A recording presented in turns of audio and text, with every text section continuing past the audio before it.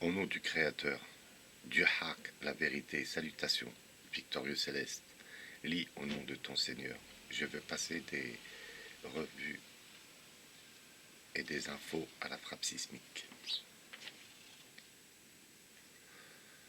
Sur la signification occulte du terme COVID, une incursion succincte dans la reconnaissance de la forme.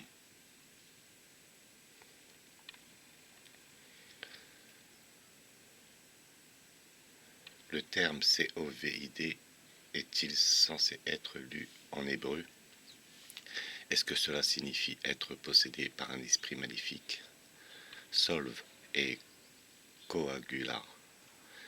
Les auteurs américains Michael Hoffman et son mentor James Shelby Donard ont été les premiers à parler du traitement alchimique de l'humanité par le psychodrame public. Selon les deux chercheurs de l'occulte, l'objectif premier des alchimistes médiévaux et des initiés des sociétés secrètes qui continuent dans leur tradition n'était pas la transmutation du métal, mais la transformation de l'humanité. La recherche de l'or n'était qu'une couverture pour un vaste programme social qui comprenait l'abolition de la monarchie, l'anéantissement de l'Église et de la reconstruction du monde selon non pas la loi naturelle, mais la volonté de l'homme. L'exactitude d'une telle interprétation est soutenue par Manly P. Hall, franc-maçon et occultiste extraordinaire qui, dans son livre « Les adeptes de la tradition ésotérique occidentale » a écrit ce qui suit.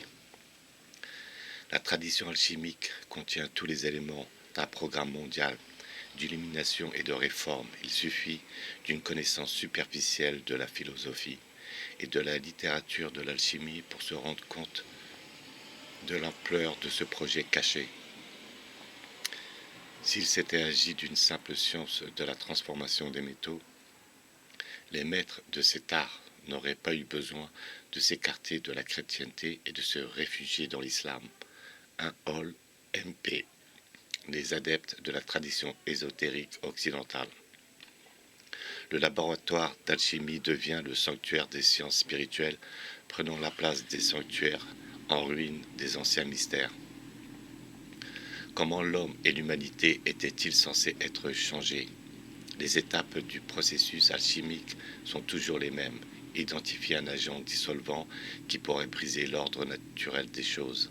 Dissoudre, solve, la matière existante en matière primordiale, prima materia, est une fois ce point atteint, réformer ou réorganiser, coagula dans un nouveau type d'ordre comme souhaité par l'alchimiste. Le rôle joué par le mercure dans la transmutation des métaux a été repris par les symboles et les emblèmes dans la transformation de l'humanité. Selon Hoffman, les symboles s'adressent à l'inconscient par l'utilisation de ce qu'il appelle le langage crépusculaire, défini comme un système de communication subliminale autrefois universel utilisé en Égypte, à Babylone, dans le sous-continent indien et chez les Aztèques, composé de nombres, de mots, archétypes et des symboles qui, à notre époque, sont parfois intégrés dans la publicité moderne et dans certains films et musiques. Là encore, les affirmations sont soutenues par les initiés eux-mêmes. Le but réel des orfèvres a été révélé progressivement et prudemment, même si une certaine discrétion était encore nécessaire. Le mysticisme de la chimie, ses associations kabbalistiques, son implication dans l'astrologie ésotérique et sa dette envers l'apprentissage des peuples anciens et des pays lointains a pu devenir évident. La tradition secrète de l'alchimie, avec sa science divine, de sa régénération et de la rédemption de l'homme, était indiquée par l'utilisation élargie et étendue de symboles et d'emblèmes. Une fois que nous comprenons que le but final des sociétés secrètes est de leur initier et de remplacer Dieu et que la méthode employée pour atteindre ce but est le solve et coagula alchimique, la décomposition du monde créé par Dieu et sa reconstruction selon la volonté de l'homme, une série de tendances actuelles et d'événements historiques commence à prendre une toute nouvelle signification. Manly Palmer Hall a ouvertement déclaré que le travail des alchimistes avait pour cible principale le niveau social. Pourquoi ? Parce que selon la Genèse 1:26, l'humanité est la couronne de la création, étant faite à l'image de Dieu. Des symboles qui sont censés s'adresser directement à notre subconscient sont utilisés afin de traiter nos esprits, sans même que nous ayons conscience. C'est pourquoi Hoffman déclare explicitement: le traitement alchimique des humains est effectué avec des accessoires du temps et de l'espace. Ce qui se passe rituellement dans une série de lieux significatifs peut tordre la réalité. Comment la réalité est-elle tordue ? En plaçant des accessoires rituels dans des lieux de cérémonie. Ces lieux existent à la fois dans l'esprit et dans l'espace physique. Ce besoin de placer certains symboles dans le temps et l'espace crée une opportunité d'identifier certains modèles dans le travail rituel. Si nous observons un travail rituel, nous devrions rechercher les synchronicités pertinentes, des coïncidences qui ont un sens. L'explosion atomique Trinity et le rituel de l'assassinat du roi. Bien que Hoffman le caractérise comme marchant sur le fil du rasoir entre le génie et l'excentricité, Donnard, avec la rare capacité de détecter précisément cette utilisation de symboles et d'emblèmes dans les événements historiques d'une énorme importance pour l'humanité. Ensemble, ils ont réussi à identifier des modèles tels que l'utilisation de la toponymie et de la géographie mystique, du symbolisme alchimique et de la synchronicité dans des événements aussi importants que la première explosion atomique ou l'assassinat du président Kennedy. Sur le plan physique, la création et la destruction du prima materia ont été réalisées pour la première fois en juillet 1945, avec la première explosion de bombes atomiques sur le site Trinity, au 33e degré de latitude nord parallèle au Nouveau-Mexique. Le choix du nom Trinity pour une explosion nucléaire d'importance alchimique, son emplacement au Nouveau-Mexique, The Land of Enchantment, à la fin de la Jornada del Muerto, le voyage du mort, et le symbolisme de la latitude de 33e degré ont intrigué Donnard et Hoffman, qui ont identifié les mêmes schémas inhabituels dans l'assassinat de JFK.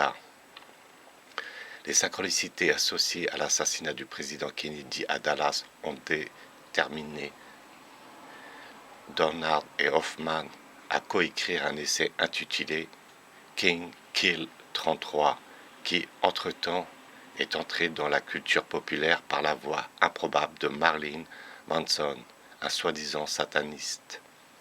Cet essai inhabituel identifiait des coïncidences telles que le lieu, toujours sur le 33e parallèle, la date 22 novembre, 22 plus 11 égale 33, l'histoire maçonnique de la Deller Plaza et la composition de la commission Warren qui a enquêté sur les événements, la signification inhabituelle des noms Kennedy, Jack Ruby, etc. Pourquoi l'assassinat du président serait-il important en termes alchimiques? Parce que selon Hoffman, l'assassinat du roi est un ancien rituel utilisé par le renouveau, pour le verdissement de la terre, aussi extraordinaire que cette affirmation puisse paraître aux lecteurs non initiés. Le rituel de l'assassinat du roi et son utilisation dans les sociétés anciennes a été étudié par des scientifiques à la réputation irréprochable tels que Sir James Frazer, le plus grand anthropologue britannique du XIXe siècle, et René Girard, professeur distingué à Johns Hopkins et Stanford et membre immortel de l'Académie française. En effet, Girard reprochait à Frazer de limiter le champ de ses recherches aux cultures primitives et d'exclure les sociétés modernes et civilisées comme l'Angleterre victorienne. D'autres synchronicités liées à Trinity et l'assassinat d'un roi à l'Est, bien qu'exceptionnelles à bien des égards, les connaissances de Donnard et Hoffman en matière de reconnaissance de forme sur la sémiotique de la première explosion atomique ne racontent qu'une partie de l'histoire. La date choisie pour l'expérience a également joué un rôle majeur. La première explosion atomique a été programmée pour coïncider avec le Tisza B'Av, la fête juive commémorant la destruction du temple de Salomon ainsi que celle du deuxième temple juif détruit par les Romains en 70 après Jésus-Christ. D'abord programmée entre le 18 et le 21 juillet, en 1945, Tisza B'Av est tombée le 19 juillet.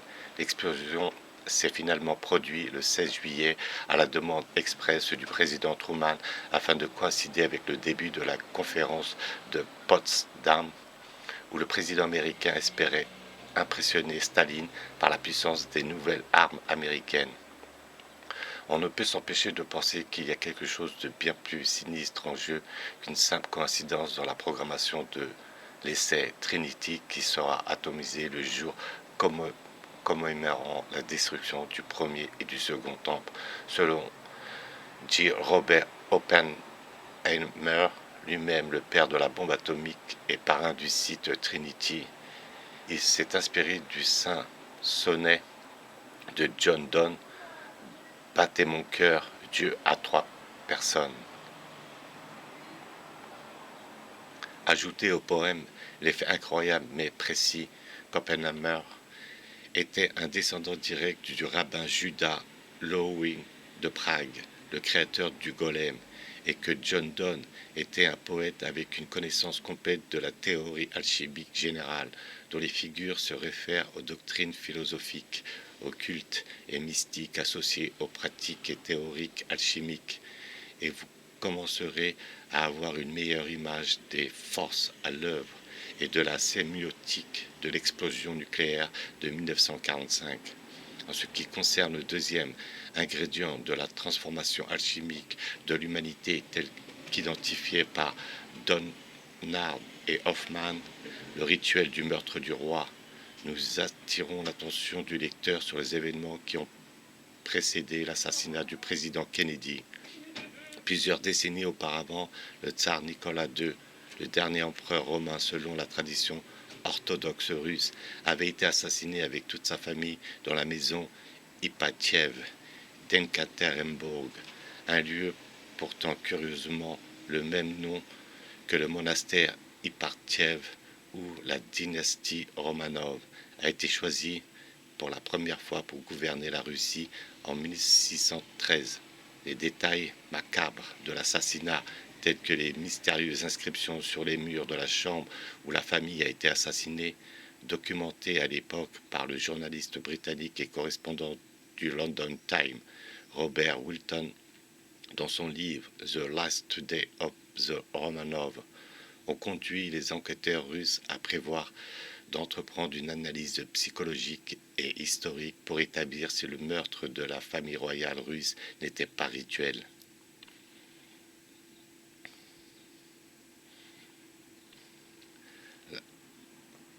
Comme dans le cas de Trinity, je voudrais apporter ma propre contribution à l'enquête en observant que le meurtre a eu lieu la veille de Tisza B'Av en 1918, encore un cas où le nouvel ordre mondial, la date et le lieu montrent toutes les coïncidences qui ont un sens. Dolly, la brebis, et COVID, la maladie. Mais peut-être que ces étranges synchronicités appartiennent au passé. Dans mon propre livre Synchronicity et Symbolisme, j'essaie d'identifier plusieurs modèles de synchronisme similaires à ceux décrits par Donnard et Hoffman. L'un des plus intéressants est l'histoire du premier animal cloné, la brebis Dolly.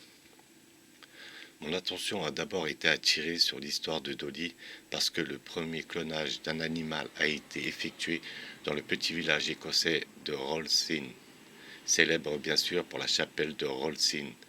Je ne pouvais pas accepter comme une simple coïncidence le fait que le premier clonage n'ait pas eu lieu dans les laboratoires de haute technologie d'Amérique du Nord, d'Allemagne, de Suisse ou du Japon, mais dans un minuscule village important uniquement pour son symbolisme cryptique.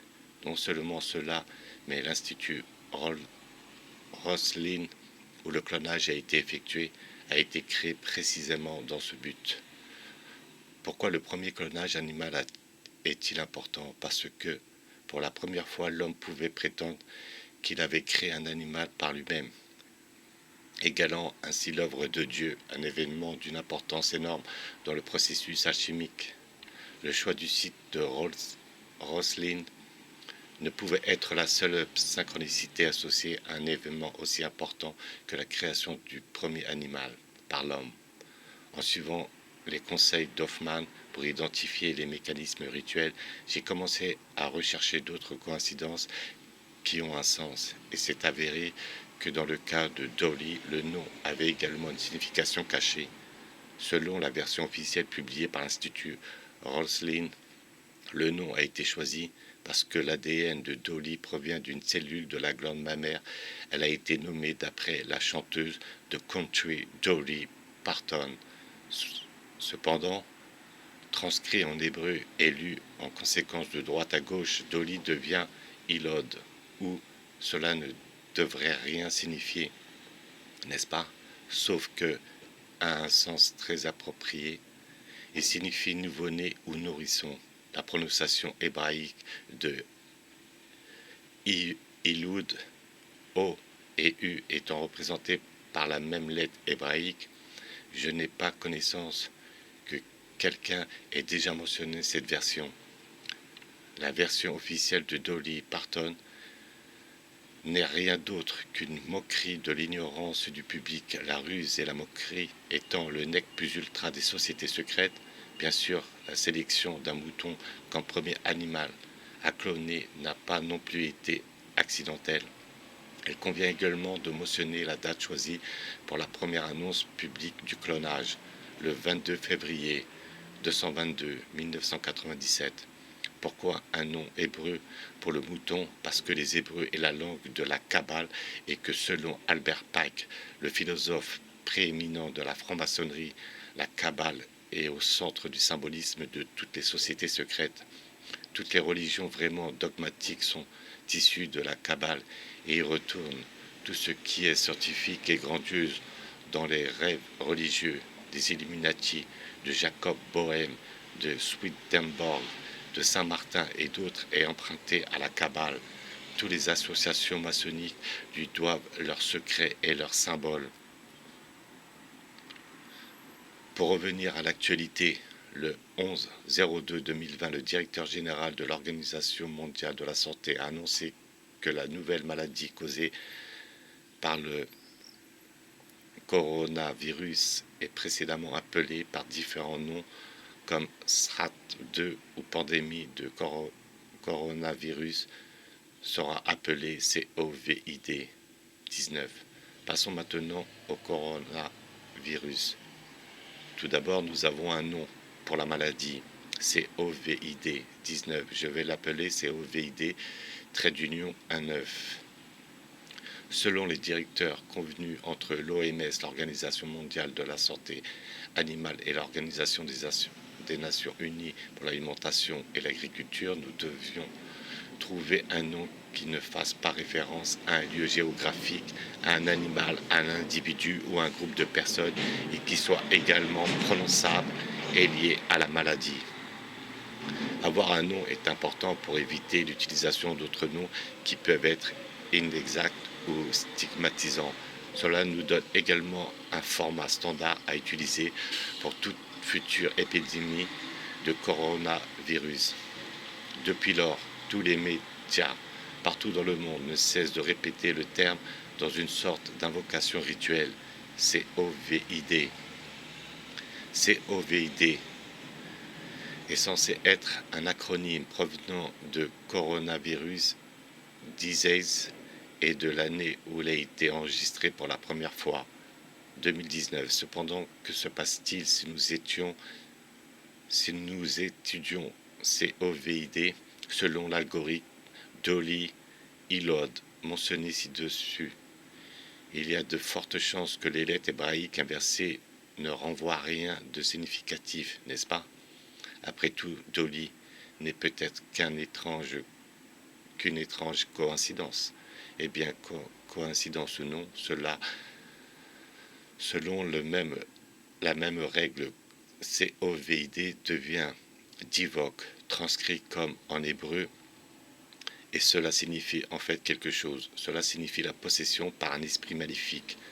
Le mot est transcrit en anglais comme dibok, B et V, étant représentés par le même caractère hébreu, beit.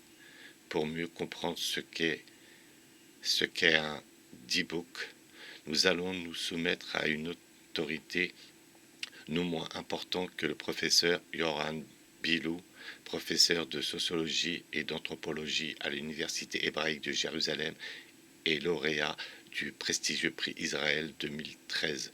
Selon Bilou, le terme dibuk était utilisé dans les cercles mystiques juifs pour désigner l'esprit d'une personne morte, un pécheur notoire de son vivant qui prenait possession temporairement d'un être humain. Être possédé par un dibuk a toujours été conçu comme une affliction ou une maladie, et l'agent possédé un intrus étranger et dangereux qui doit être expulsé. L'exorciste était toujours un rabbin vénéré qui confrontait l'esprit à diverses mesures de nature religieuse utilisées dans un ordre fixe et graduel. Citant les travaux du célèbre kabbaliste Gershom Scholem, Bilou souligne que les dibuk, les démons ou les âmes maléfiques possédaient quelques créatures malheureuses ou mentalement malades. Les dibuk semblent viser surtout les femmes et les enfants. L'intensification émotionnelle ou l'éveil dont sont des conditions préalables à une telle possession démoniaque, conclut Bilou. Être possédé par un dibuk laisse la victime comme un objet passif, temporairement dépourvu de conscience de soi et sans contrôle de soi vis-à-vis de deux autorités extérieures, l'esprit possesseur qui a privé le possédé de son identité individuelle et le rabbin exorciste qui a contraint l'esprit à partir. Les dibuk sont des motifs récurrents dans le folklore juif ainsi que dans l'art des films et les pièces de théâtre.